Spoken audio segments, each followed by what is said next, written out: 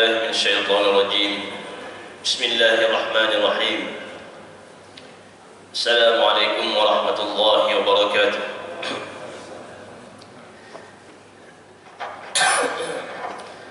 الحمد لله رب العالمين.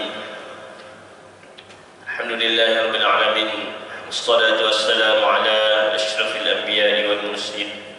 الصلاة والسلام على أشرف الأنبياء والمرسلين سيدنا وحبيبنا وشفيعنا محمد صلى الله عليه وسلم وعلى آله وصحبه أجمعين. قال رب اشرح لي صدري ويسر لي أمري واحلل عقدة من لساني يفقهوا قولي. سبحانك لا علم لنا إلا ما علمتنا إنك أنت العليم الحكيم، ولا حول ولا قوة إلا بالله العلي العظيم. استغفر الله العظيم الذي لا إله إلا هو الحي القيوم وأتوب إليه. استغفر الله العظيم، استغفر الله العظيم الذي لا إله إلا هو الحي القيوم وأتوب إليه. Muslimin dan muslimat, hadirin dan hadirat rahimakumullah, alhamdulillah, bersyukur kita kepada Allah Subhanahu wa taala dengan limpah rahmatnya dan kurnianya dapat kita bertemu lagi, dan pada hari ini dapat kita sama-sama solat subuh berjemaah. Dan dalam menunggu di antara waktu ini dan hingga terbit matahari ini, kita mengisilah sedikit ruang ini dengan perkongsian berkaitan dengan Rasulullah SAW, iaitu Rasul sebagai pendidik yang terulung, seperti mana yang telah saya kongsikan pada bulan lepas, dan saya sambung dalam aspek kesempurnaan amalan dan tindakan baginda Nabi SAW. Dan bersesuailah pada kiranya bulan ini atau minggu lepas memulai sambutan Maulid Rasul sallallahu alaihi wasallam. Semoga dengan mengetahui akan sirah Nabi, akhlak Nabi ini menjadikan kita lebih cinta kepada Rasulullah SAW. Dan cinta kepada Nabi ini bukan dengan ungkapan tetapi dengan perbuatan. Bermaksud sunnah Nabi itu kita ikut apa yang disuruh oleh Rasulullah SAW itu kita buat, dan apa yang disuruh tinggalkan itu kita jauhi, ya. Dan apa amalan baginda yang kita mampu buat dan ikut, kita lakukan dengan sebaik mungkin. Sebab itu pada hemat saya, bila ada sedikit khilaf, kalau kita panggil, perselisihan, bila ada orang kata tak boleh sambut maulid, ini tak sesuai, ini tidak dibuat pada zaman Nabi. Ada yang tak sambut maulid tapi dibuat peringatan atau mengingatkan sejarah Nabi dan sebagainya. Itu hanya perbezaan dari sudut istilah saja, dari sudut nama saja. Dari sudut kecintaan saya melihat semua mereka ini sama saja, dari sudut memang mencintai Nabi SAW. Cuma terjemahannya berlainan, ya. Dan pada hemat saya, perkara ini tidak perlulah dijadikan sebagai satu perbalahan, ya. Kita ni banyak benda dah berbalak, sampai sambut maulid pun berbalak. Yang salahnya bila sambut ini disertakan dengan maksiat, dengan sertakan dengan benda yang tak betul, ia tak mengikut lunas syarak, landasan syarak. Baik, dalam menceritakan kesempurnaan dan amalan tindakan Nabi, disebut bahawa perjalanan hidup Nabi ini sempurna. Sempurna maksudnya bukan senang. Dia kata, oh sempurna ni senang lah, sebab tafsiran kita senang ni, apa sempurna tu lahir senang, ya, buat kerja tidak ada halangan. Bukan begitu. Bagi Nabi ini sempurna bermaksud dapat Nabi ini melaksanakan tugasan baginda ini yang diberikan oleh Allah SWT ini dengan tepat, sempurna dan bijak. Ya. Apa contohnya yang paling jelas? Baginda berjaya mengubah budaya masyarakat jahiliah atau kehidupan jahiliah, perkara yang telah lama bertapak di atas muka bumi ketika itu Mekah lah, yang di sekitarnya, yang bukan mudah kita nak ubah kalau kita lah ya. Jadi Nabi ini pasti menghadapi cabaran dan tidak mudah untuk ubah pemikiran. Sebab itu adalah perkara yang dilakukan oleh datuk nenek moyang baginda Nabi SAW sendiri. Jadi cara dan kita panggil strategi Nabi ini bermula dari awal sehingga berjaya Fathu Makkah. Kita bagi kejayaan paling dekat waktu itu Fathu Makkah lah ya. Daripada Fathu Makkah ni maksudnya dibebaskan kota Mekah tadi dan menjadi milik orang Islam sepenuhnya, dibebaskan daripada kejahilan pada pembukaan Mekah. Sedangkan pada asalnya Nabi ini turun daripada Gua Hira tu seorang-seorang, tak ada orang nak tolong ya. Kalau kita pun tiba-tiba dapat tugasan seorang-seorang tu, apa nak buat ni? Nak cerita ni satu bandar yang besar ya, kota Mekah tu waktu itu bandar yang besar lah, sebab dia pusat perdagangan.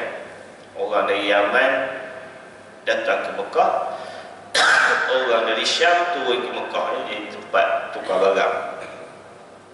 Jadi Nabi nak tugasan sekarang nak bagi cerita kota Mekah ni bahawa ada agama baru, ada syariat baru, dan itulah tugas permulaan baginda Nabi sehingga hari ini kita alhamdulillah Islam. Ini menunjukkan strategi yang baginda lakukan ini adalah strategi yang sempurna dari sudut amalan dan tindakan, berjaya ya. Kita kalau boleh nak dapat gambaran apa Rasulullah fikir ketika bermula daripada terima wahyu daripada Jibril itu sehingga sampai ke rumah baginda, minta Sayyidatina Khadijah selimutkan baginda Nabi SAW ya. Apa agaknya ketika sepanjang perjalanan itu baginda berfikir ya. Maksudnya benda itu bukan perkara mudah ya. Jadi Nabi ini menjalankan dengan baik sekali ya, sehingga hari ini kita berjaya Islam. Kemudian Nabi ini di dalam bertindak ialah baginda ini berdasarkan paduan Allah lah ya, sebab baginda manusia yang sempurna. Cuma kita ni nak lihat dari sudut kesempurnaan Nabi ini agar dapat kita apply ya, jadi contoh. Bila Nabi bercakap atau bertindak akan bersama dengan tindakan itu mesti ada dua keadaan ya, iaitu menghimpunkan targhib, iaitu khabar gembira, dan tarhib, iaitu berita yang menakutkan. Menakutkan ni ya, kalau targhib ni bagi mudahnya adalah ada reward lah, ini reward. Dia cakap ini ganjaran dia. Sebab manusia ni memang sifat dia kena ada sebut reward. Kalau tidak motivasi kurang lah. Tak kan. Macam sembahyang subuh tadi lah. Nak bagi sembahyang subuh ni kan senang nak bangun subuh. Tu kan kata korang, kata saya lah ni. Ya. Tak perlu musim sejuk ni, musim sejuk kan. Payah. Masya Allah. Nak kejut budak-budak lagi lah payah. Atau saya budak tu sama lah juga. Tak budak pun dah tua pun payah juga kalau badan letih tu. Tapi bila kita baca hadis-hadis Nabi berkaitan fadilat solat subuh berjemaah ni, dia jadi targhib kan, rasa tak kira lah. Kita anggap ada orang nak bagi kita sejuta kat rumah, kat masjid tu. Kita punya ni. Sebab apa? Sebab nak bagi semangat. Manusia kena begitu. Dan itu adalah sifat kita sebagai hamba, tak salah pun. Sebab itu Allah letakkan ganjaran-ganjaran dan disebut dalam lisan Nabi sallallahu alaihi wasallam. Begini menyampaikan wahyu Allah. Maksud sembahyang subuh lah, supaya sesiapa yang solat subuh berjemaah seolah-olah dia solat sepanjang malam. Dan banyak lagi hadis-hadis menyebut fadilat subuh. Ya, bahkan ada buku tulis tajuknya saya lupa nama bahasa Arab ni. Tapi bahasa Melayu lebih kurangnya dia tak ada buku tebal, dia buku kutai lah, tapi ada diterjemah bahasa Melayu ya. Tak silap saya 50 kelebihan subuh berbanding waktu lain. Ya. Antara disebutlah turunnya Jibril waktu subuh. Antaranya ya. Jibril mula turun wahyu tu waktu subuh, bukan tengah hari, tak ada kan. Cerita Nabi SAW mula menerima wahyu tu waktu subuh, bukannya tengah hari ataupun petang, tidak, waktu subuh. Allah pilih waktu subuh ya. Isra Mi'raj habis tamatnya subuh, dia macam tu juga ya. Adalah signifikan cerita-cerita ni. Jadi cerita dalam buku cerita 50 kelebihan waktu subuh. Baik, nak cerita, kita ni perlu kepada khabar gembira, dan Nabi bila berdakwah dia bawa khabar gembira dan juga bawa juga khabar menakutkan. Tak boleh gembira setiap masa, nanti ada perkara mungkin orang buat jahat dia kata pahala banyak ada orang begitu, pahala banyak, ya buat jahat sikit. Ada khabar dipanggil khabar menakutkan ya. Itulah ancaman Allah dengan azab ya. Sehingga kan kalau orang berhati-hati, sampai jarum pun orang tak mahu ambil, sebab semua tu ada pemberatnya di akhirat nanti ya. Saja ambil lah, terambil tu cerita lain. Saja ambil jarum, pergi kedai mana orang nampak kita ambil benda kecil ni, ambil jarum ke, ambil dia jadi besar di akhirat nanti benda ya. Maksudnya bukan senang-senang kita nak mengambil harta bukan milik kita. Ini kita pun kesian, orang adalah kemalangan, aksiden, dompet hilang dulu.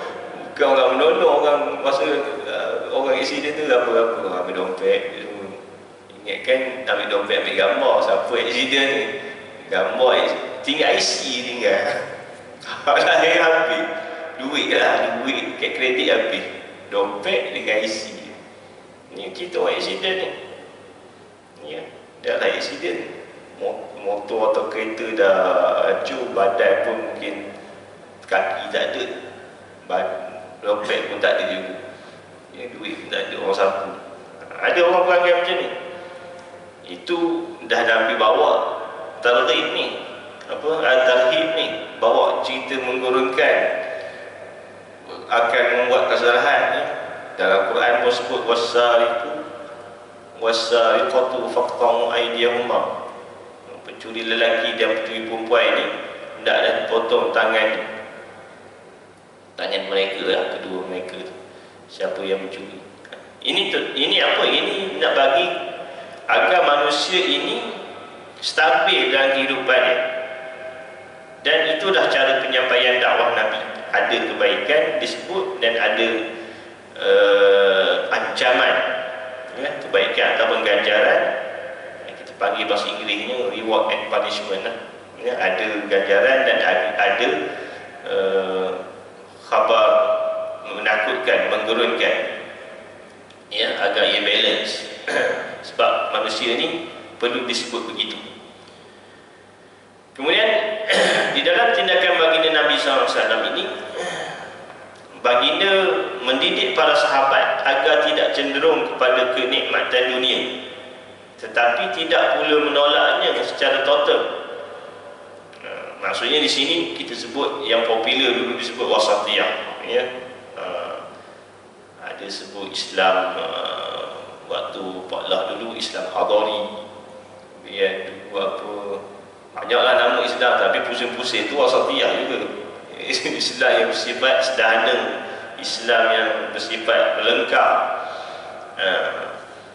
Sekarang baru tu dulu Islam wasatiyah kan. saya tak ingat nama dah banyak sangat lah. Tukar dan menteri banyak kali, tukar menteri banyak kali ni pilihan raya Islam ni pula bawa sama je. Musik Islam tu lah, nama je nama tu lah ni, motor dia tu. Ya, jadi Nabi ini nikmat dunia baginda tak suruh tolak, ya, tetapi jangan jadi rebutan yang digilai sangat. Dalam hadis Nabi SAW dia bunyi, khairakum man lam yatruk dunyahu li akhiratihi wala akhiratahu li dunyahu walakin khairakum man akhadha min hadhihi wa hadhihi. Maksudnya, sebaik-baik kamu adalah yang tidak meninggalkan dunianya kerana terlalu mengejar akhirat, dan tidak pula meninggalkan akhiratnya kerana mengejar dunia. Bahkan orang yang terbaik di kalangan kamu adalah orang yang mengimbangkan di antara kebaikan dunia dan akhirat. Ini Nabi kata, orang yang paling baik adalah orang seimbang dunia dan akhirat. Dan sabda baginda Nabi, nikmal matiyah ad-dunya fartahiluha tuballighumul akhirah. Sebaik-baik tunggangan ialah dunia. Dunia disebut tunggangan. Kita ni menunggang dunia ni, jangan menunggang agama ya. Tunggang dunia. Maksud kita duduk atas bumi ni lah. Ya. Sebaik-baik tunggangan ialah dunia, oleh itu tungganglah ia kerana ia akan menyampaikan kamu kepada akhirat. Nak sampai akhirat kita naik dunia dulu lah. Ya. Sebab tak ada orang dia terus lalu, tak lalu alam roh, lalu daripada alam roh terus skip alam barzah.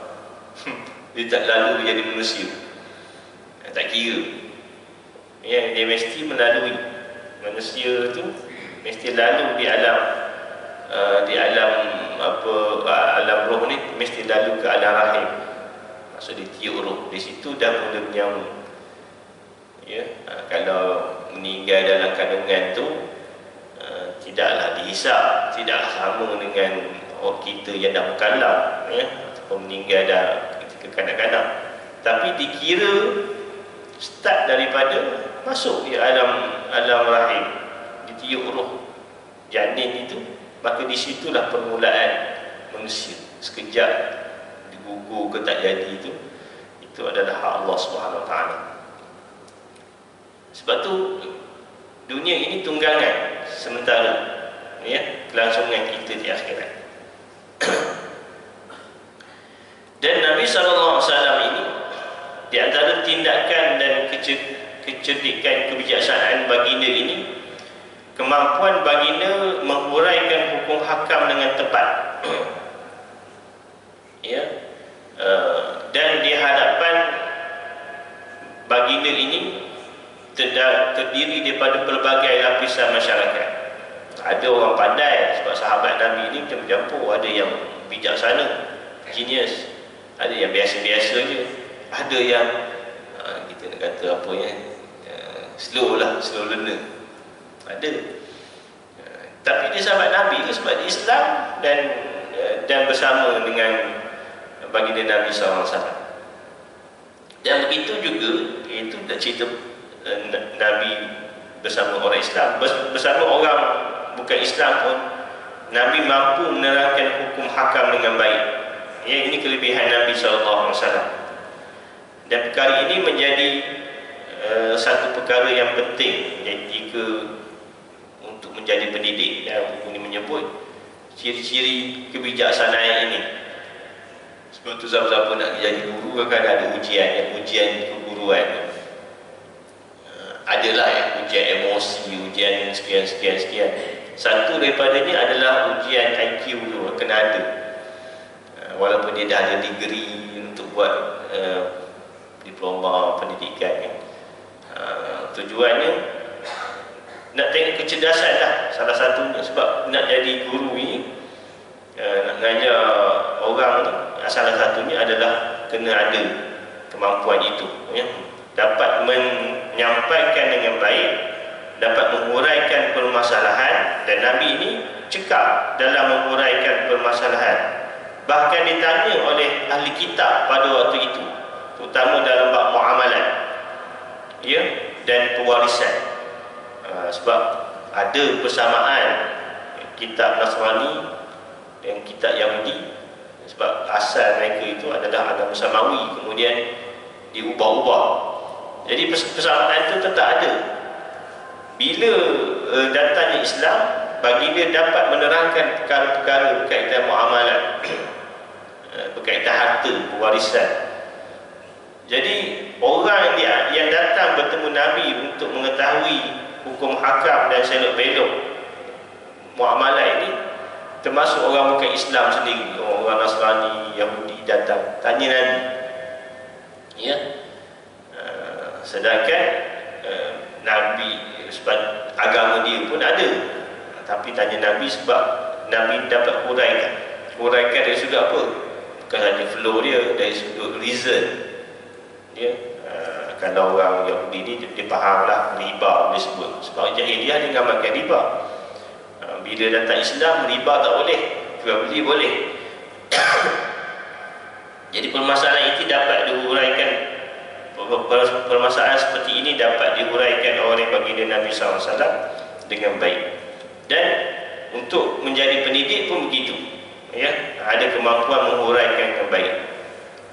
Semalam ada orang share seorang guru, adalah cerita panjang lah, saya tak payah cerita panjang sangat lah, sebab benda dah ada dalam FB. Guru ni dia selalu membuat teguran, sebab selibas anak-anak kita ni, atau cucu-cucu lah kan, anak-anak cucu, bukan apa, anak-anak yang tak dapat jawab, kita baca pun kita tak dapat jawab. Ni antaranya dia tengok soalan matematik dia Jas 1 ni, payah ni, macam ada Jas 6 soalan. Dia jadi Jas 6 waktu saya dulu, ya, kena buat ayat lah. Kadang-kadang budak ni membaca pun tak pandai. Bukannya nak buat kira-kira tu, ada setengah tu membaca pun baru nak pandai lah. Ada tak pandai tu kalau sekolah pendalaman. Jadi teguran dia buat oleh guru ni kepada pihak-pihak tertentu agar soalan ataupun silibus tu waqi, maksudnya sesuai dengan tahap. Dengan tahap. Sebab kita boleh jawab, anak-anak ni ada yang boleh jawab, mungkin 10% daripada 100%, 10% je satu Malaysia boleh jawab. Jadi dia tidak menepati lah. Ceritanya adalah sebagai guru, macam mana nak mengajar budak soalan yang payah, membaca pun baru nak pandai membaca. Itu isu dia. Jadi nak cerita guru ini, dia nak menyampaikan satu perkara dia situ kena pandai, dia sendiri kena pandai, dan kedua masyarakat yang nak dipahamkan itu adalah sesuai dengan tahap. Sesuai dengan tahap. Kalau tahap tinggi sangat pun macam mana? Nabi ini silibus itu ada, silibus lah kita panggil. Al-Quran itu dah ada tunjuk ajar apa perkara yang Rasulullah kena sampaikan, dah ada. Tetapi Nabi sampaikan bukan semua sahabat ini sama level, tidak. Ada sahabat yang levelnya jenis Rasulullah sampaikan dalam tahap yang lain. Ada tahap sederhana, ada tahap yang biasa-biasa, atau tahap rendah. Dan setiap satu Nabi sampaikan dengan kebijaksanaan, tak random sama, sebab berdasarkan tahap. Untuk kanak-kanak lain tahapnya dan sesuai. Sebab bukannya objektifnya agar cepat pandai. Sebab untuk apa terlalu cepat kalau dia tak menguasai sebenarnya, ya? Nabi sampaikan Islam ini mengikut tahap. Dan orang yang lemah, yang kurang, orang kata slow lah, pun akhirnya dapat memahami Islam itu. Sebab masa tu ada 23 tahun Nabi didik, ya? Walaupun 23 tahun zaman dakwah lah, tapi maksudnya zaman masa itu Nabi bagi ruang yang mencukupi untuk seseorang atau satu tahap individu itu. Ya, itu ceritanya. Jadi kadang-kadang jangan terfikir nak kejar sangat sesuatu benda tu, tapi tak wakil, ya, maksud tak berpijak di bumi nyata, tak nyata sangat, ya, rasa nak cepat, ya. Untuk di sini lain lah, ya, macam orang buat sekolah private ataupun maksudnya bukan hak umum, hak khusus tu lain lah. Dan kita juga ada orang niaga kan, dia letak target, itu tak apa, sebab itu memang hak dia sebagai perancang strategi.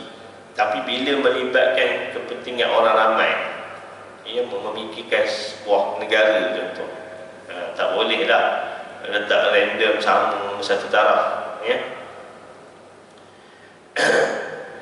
Kemudiannya Nabi ini seorang yang dan tidak akan bagi dia tabah menghadapi dan memerangi musuh yang telah mengepung baginda.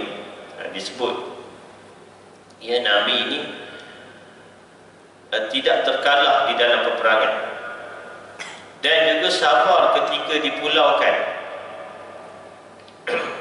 Walaupun pada awalnya baginda ini duduk dalam tempat ataupun bilangan pengikut yang sedikit, tetapi lama kelamaan baginda dianggap mulia dan akan digeruni oleh musuh. Ini kehebatan Nabi. Salah satunya kehebatan lah, ya. Satu lagi adalah Nabi diberikan kebijaksanaan dan ketabahan jiwa, ya. Dan rasa mulia ini disebut kerana satu iltizam Nabi dengan agama. Yang kedua, Nabi ini berjaya memerangi musuh dan akan menang, ya, sentiasa memerangi musuh dan akhirnya berjaya. Bukan semua keadaan kita lihat dalam peperangan orang Islam dengan orang bukan Islam, ada waktunya kepada biasanya kita lihat orang Islam sedikit berperang. Kalau kita tengok dalam perang Badar Al-Kubra, ya, perang Badar yang mula sekali, tentera Islam 313 orang, ya, dipimpin oleh Rasulullah SAW, berperang dengan tentera kafir Quraisy ketika itu 1000, menang. Kemudian peperangan seterusnya, perang Uhud dengan bilangan tak sedap tentera Islam 1000 lawan, saya tengok berapa, 3000 kan, atau lebih, ya, menang. Pada waktu itu kita lihat dalam peperangan-peperangan ini tentera Islam kebanyakannya sedikit berbanding tentera kafir. Tetapi ada peperangan dalam peperangan Hunain. Peperangan Hunain ini adalah peperangan selepas pembukaan Mekah. Ini selepas pembukaan Mekah, Islam telah menguasai tanah Mekah, ya.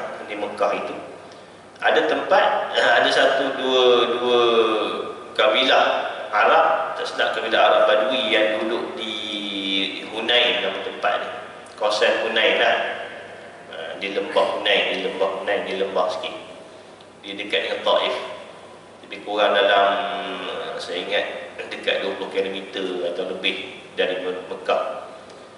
Mereka ini tengok Mekah dibuka, ditakut Nabi akan menyerang mereka.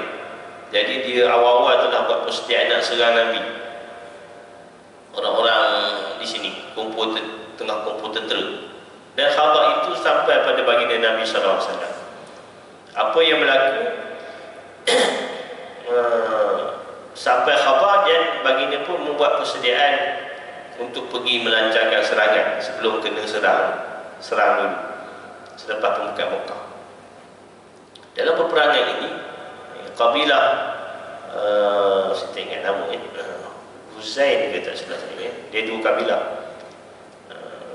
Dia tak ramai. Tentera Islam ketika itu 10,000 yang Fathu Mekah, ditambah lagi 2,000 tentera Islam yang Islam ketika pembukaan Mekah, jadi 12,000. Berbanding dengan, dia tak sebut tentera kabilah itu berapa, tidak, saya tak ingat berapa bilangannya, sebab mereka ni bukannya tentera untuk berperang, dia berkabilah. tapi tak seramai tentera Islam. Ketika mereka pergi untuk menyerang Hunain ini, tentera Islam ketika itu ada di antara mereka rasa perasaan macam bongkak sikitlah, sombong. Sebab apa? Sebab sebelum ini dengan bilangan yang sedikit, mereka merasa mereka boleh menang. Sekarang ini dengan bilangan yang lebih banyak daripada tentera musuh. Ada di antara mereka rasa confirm menang, ramai di antara mereka confirm menang lah ni, takkanlah kalah. Sedikit dulu pun kita boleh menang, ni ramai ni kalah ni Hunain ni. Rupanya berlaku sebalik dalam peperangan Hunain. Ketika mereka lalu di satu lembah dekat Hunain tu, kena serang hendak. Ya, rupanya tentera Hunain depan, tentera Hunain, kabilah yang dua kabilah tu di hadapan tentera Rasulullah nak bertembung untuk berperang. Atas punya atas bukit tu mereka telah serang dengan anak panah. Serang dengan anak panah. Tentera mereka tak ramai, tapi strategi serang dengan anak panah. Dan dikatakan Bani ini memang Bani yang terror memanah. Ya, macam kita cerita orang India ni, orang India tu power memanah. Jadi orang, sehingga menyebabkan kucak kacir tentera Islam. Kucak kacir. Dan ramai di antara mereka yang melarikan diri. Dan hinggalah dikatakan ditinggalkan hanya beberapa orang termasuk Rasulullah SAW. Tentera Islam ramai tu lari, ya, tinggal Nabi. Dan beberapa orang, ada riwayat mengatakan tinggal 9 orang sahaja ahli bait dan sahabat baginda Nabi SAW. Jadi kita nak cerita keberanian Nabi ini, tapi kita cerita sekali lah dalam perang Hunain ini. Tentera Islam ramai, tetapi kena serang hendak sebab ada perasaan rasa macam bongkak dan sombong waktu itu. Maka Allah berikan pengajaran. Yang menang-menang sebelum ni Allah beritahu, aku bagi kemenangan. Bilangan sedikit, bilangan banyak itu anugerah waktu itulah. Maksud strategi pun penting itu. Dan juga tawakal kepada Allah itu penting juga. Bukan rasa aku menang sebab ramai. Maka ketika itu dalam peperangan Hunain ini, para sahabat melarikan diri. Dalam buku ini sebut hanya tinggal 9 orang saja ahli bait. Ada pendapat kata ada beberapa orang saja ahli bait dan sahabat Nabi bersama baginda Nabi SAW ketika itu. Dan Nabi ketika itu duduk di atas baral betina warna merah yang lambat berjalan. Nabi tak lari. Para sahabat ramai dah cabut lari selepas pemukaan Mekah ni dan perang Hunain ni. Lalu baginda pun bergerak ke depan bertemu tentera musuh. Orang dah lari tu Nabi sebut, ana Nabi la kadzab wa ana ibn Abdul Muttalib. Nabi pergi ke depan beritahu tentera yang menentang Nabi itu, akulah Nabi. Orang lain dah lari, Nabi ke depan, akulah Nabi dan bukanlah satu pendustaan. Sesungguhnya aku adalah keturunan Sayyidina Abdul Muttalib. Nabi nak jumpa, nak beritahu akulah Nabi. Dan kemudian Nabi pun mengambil ada tersebut pasir, ada pasir tanah, dan membacakan satu doa dan dibalik kepada tentera musuh. Ya. Dan Allah SWT turunkan malaikat membantu. Dan nampak Nabi ini ke hadapan, maka ketika itu baru sahabat yang lagi itu patah balik. Wah, asalnya ingat semua lagi tinggal Nabi, tak pernah berlaku dalam peperangan tertentu. Ya. Dalam peperangan yang umat Islam kuat dan ramai, tiba-tiba lari. Ya. Satu pengajaran dari Allah Subhanahu Wa Taala. Dalam cerita beberapa kisah sirah, anak-anak cucu daripada keturunan ini menceritakan balik, datuk-datuk dia cerita, ya, atau ayah dia cerita, ya, ketika peperangan itu dinampak tentera Islam lari. Datuk dia menceritakan atau ayah dia menceritakan tentera Islam bertebaran lari kerana anak panah yang banyak. Tetapi dia melihat beberapa orang yang tinggal itu mara ke depan. Mara ke depan, dan salah seorang daripadanya menaiki keldai atau bahan, bergerak ke depan. Dan barulah mak ayah dia, ayah dan datuk dia tahu bahawa yang datang itu adalah Rasulullah. Tak lari, ya. Dan kemudian baru dia tengok tiba-tiba ada beberapa orang lelaki yang segak berpakaian menjadi benteng, dikatakan malaikat lah, ya. Dia menceritakan begitu. Apa yang poin yang kita nak bawa di sini adalah yang Rasulullah ni berani, ya. Tak ada lah Rasulullah estimate kalau jadi apa-apa nanti mesti Allah bantu ni datang malaikat semua. Tidak, sebab bukan setiap masa begitu, ya. Dalam peperangan apa yang ambil jatuh dan patah gigi tu tak ada malaikat, ya. Jatuh kerana serangan panah juga. Ya, tapi Nabi cedera, serupa dengan sahabat-sahabat yang lain ada yang cedera. Jadi pada peperangan yang selepas itu Nabi tetap berjuang sama, tidak mengundurkan diri. Ini nak ceritakan keberanian Nabi, dan Allah berikan keberanian ini kepada Rasulullah SAW dan menjadi contohlah kepada kita, ini sifat Nabi SAW. Dan Rasulullah SAW menyebut bahawa baginda yakin bahawa setiap perkara akan dibantu oleh Allah Subhanahu Wa Taala dalam apa keadaan, dan yang penting ni adalah jangan sombong dan jangan angkuh, dan jangan merasakan kemenangan itu adalah kerana usaha sahaja, tetapi hendaklah dengan strategi dan tawakal kepada Allah. Rasulullah menyebut Inna Allaha zawali al-ardha fara'aitu masyariqaha wa magharibaha wa sayablughu mulaka ummati ma zuwiya li minha wa sayablughu mulaku ummati ma zuwiya li minha, atau kata Nabi SAW. Maksudnya Nabi sebut dikecilkan bumi bagiku, dikecilkan, wallahu a'lam, dikecil bagi aku. Mungkin Rasulullah melihat Allah SWT kecilkan pandangan Nabi ini, bumi ini menjadi kecil, nampak depan. Dulu tak ada istilah globe, globe waktu Nabi kan. Orang pun tak tahu bumi ini bulat ke macam mana, tapi Nabi kata bumi ini Allah kecilkan di hadapan aku. Lalu aku melihat timur hingga ke barat, maksud lengkap lihat bumi ini seluruhnya.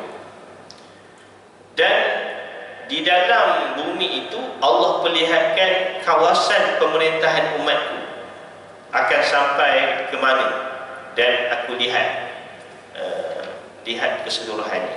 Nabi sebenarnya Allah dah tunjukkan di mana tempat Nabi akan umat dia, sebab Rasulullah umatnya akan menguasai dunia ini di mana, dah nampak dalam globe. Tapi Nabi tak cakap lah di mana, tapi Nabi dah diberikan gambaran oleh Allah SWT pada waktu itu, ya. Dan yang terakhir untuk saya kongsikan adalah dalam tindakan Nabi SAW, kesempurnaan Nabi ini bukan sahaja keberanian, satu lagi sikap Nabi yang pemurah, ya. Nabi ini disebut bahawa sifat orang-orang Islam yang diajar oleh Rasulullah SAW pada para sahabat adalah lemah lembut ketika kebiasaan, tetapi macam singa ketika berjuang. Nabi ini begitulah. Ketika bukan dalam peperangan, Nabi ini seorang yang pemurah, seorang yang lemah lembut. Dan pemurahnya baginda Nabi SAW ini, ketika kewafatan baginda tidak mempunyai harta pun, ya. Padahalnya Nabi ini nak kirakan dalam peperangan Hunain tadi, mereka mendapat rampasan perang yang sangat banyak, sebab kabilah yang berjaya, kabilah Hawazin, kabilah Hawazin ini memiliki harta yang banyak. disebut bahawa dalam peperangan Hunain tadi, mereka telah berjaya mendapat 6,000 orang tawanan. 6,000 orang tawanan yang boleh dijadikan hamba lah. Ya, sebab waktu itu masih lagi orang memiliki hamba, menjual beli hamba. 24,000 unta, 40,000 kambing, 4,000 perak. 4,000 perak ni 4,000 timbangan, timbangan perak. Maksud kalau semua harta ni kumpul-kumpul, banyak lah, ya, juta-juta, ratus juta lah. Dan Nabi boleh dapat, sepatutnya Nabi dapatlah ghanimah. Apa yang Nabi buat daripada ghanimah tu, orang sahabat-sahabat dia dapat. Dan ada di antara ghanimah tu diberi kepada beberapa ketua-ketua kabilah Quraisy yang masih belum Islam, agar tertarik masuk Islam. Ya, adalah cerita ni panjang sikit lah. Tetapi apa yang Nabi dapat? Nabi ambil harta yang bahagian Nabi, dan seluruh harta itu telah disedekahkan kepada orang ramai. Dan baginda pulang daripada peperangan Hunain ini tangan kosong, tak bawa apa. Padahal patutnya ketua panglima lah paling banyak dapat, ya. Dia ketua panglima, balik tangan kosong, tak ada. Ini tunjukkan betapa Nabi ini pemurah, ya. Dan diriwayatkan daripada Sayyidina Aisyah, Rasulullah SAW tidak pernah meninggalkan walaupun 1 dinar atau salah 1 dirham, ya, atau 1 dirham. Tidak juga seekor kambing atau unta, dan tidak pula berwasiat dengan apa-apa harta pun. Sebab apa? Sebab tak ada harta, ya. Agar Nabi ini tidak ditohmah, oh dia kaya itu sebab jadi Nabi, ya.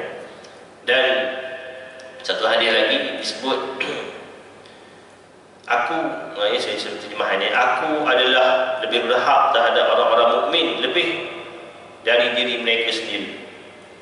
Oleh itu, sesiapa dalam kalangan mereka yang meninggal dunia dalam keadaan berhutang, maka akulah yang akan melunaskannya. Atau meninggalkan tanggungan seperti anak yatim, cacat anggota, maka datanglah kepadaku, kerana akulah yang akan membelanya.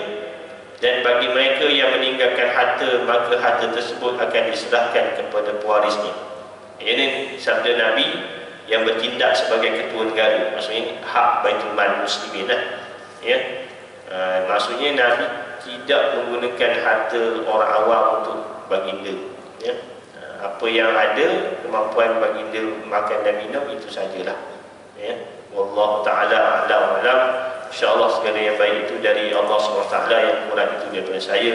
Semoga penceritaan yang ringkas ini menjadi petunjuk dan juga teladan pedoman kepada kita semua untuk mencontohi Rasulullah SAW dan mengamalkannya, ya. Sebab cinta kepada Nabi bukan sekadar menyambut maulid, ya. Sekadar menyambut maulid, sambut-sambut, buat beragak balik air kotak bersepah makanan bersepah. Ini bukan contoh Nabi, ini merosakkan nama Islam, kan. Boleh buat beragak maulid Nabi, boleh buat selawat, boleh, tak ada masalah. Tetapi janganlah lepas itu selawat saja. Tengok kotor, ya. Tambah kotor ni, saya cerita sebab pengalaman, ya. Air bersepah, air tak bertutup, nyamuk pula dah banyak. Sedangkan zikrul Rasulullah SAW, menyambut maulid Nabi SAW ini sebab kita cinta Nabi dan ikut sunnah Nabi, itu yang sebenarnya. Aqulu qawli hadza wa astaghfirullahalazim li wa lakum wa lisa'iril muslimin wal muslimat. A'udzu billahi minasyaitonir rajim. Bismillahirrahmanirrahim. Alhamdulillahirabbil alamin wassalatu wassalamu ala asyrafil anbiya'i wal mursalin wa ala alihi wa sahbihi ajma'in. Allahumma arinal haqqa haqqan warzuqna ittiba'ah wa arinal batila batilan warzuqna ijtinabah. Allahumma faqihna fid din wa 'allimna ta'wil wahdina siratal mustaqim. Allahumma akhrijna minadh dhulumati al-wahm wa akrimna binuril fahmi وافتح لنا من أبواب العلم وزينا بالأخلاق حسنة العلم برحمتك يا أرحم الراحمين. ربنا هب لنا من أزواجنا وذرياتنا قرة أعين واجعلنا للمتقين إماما.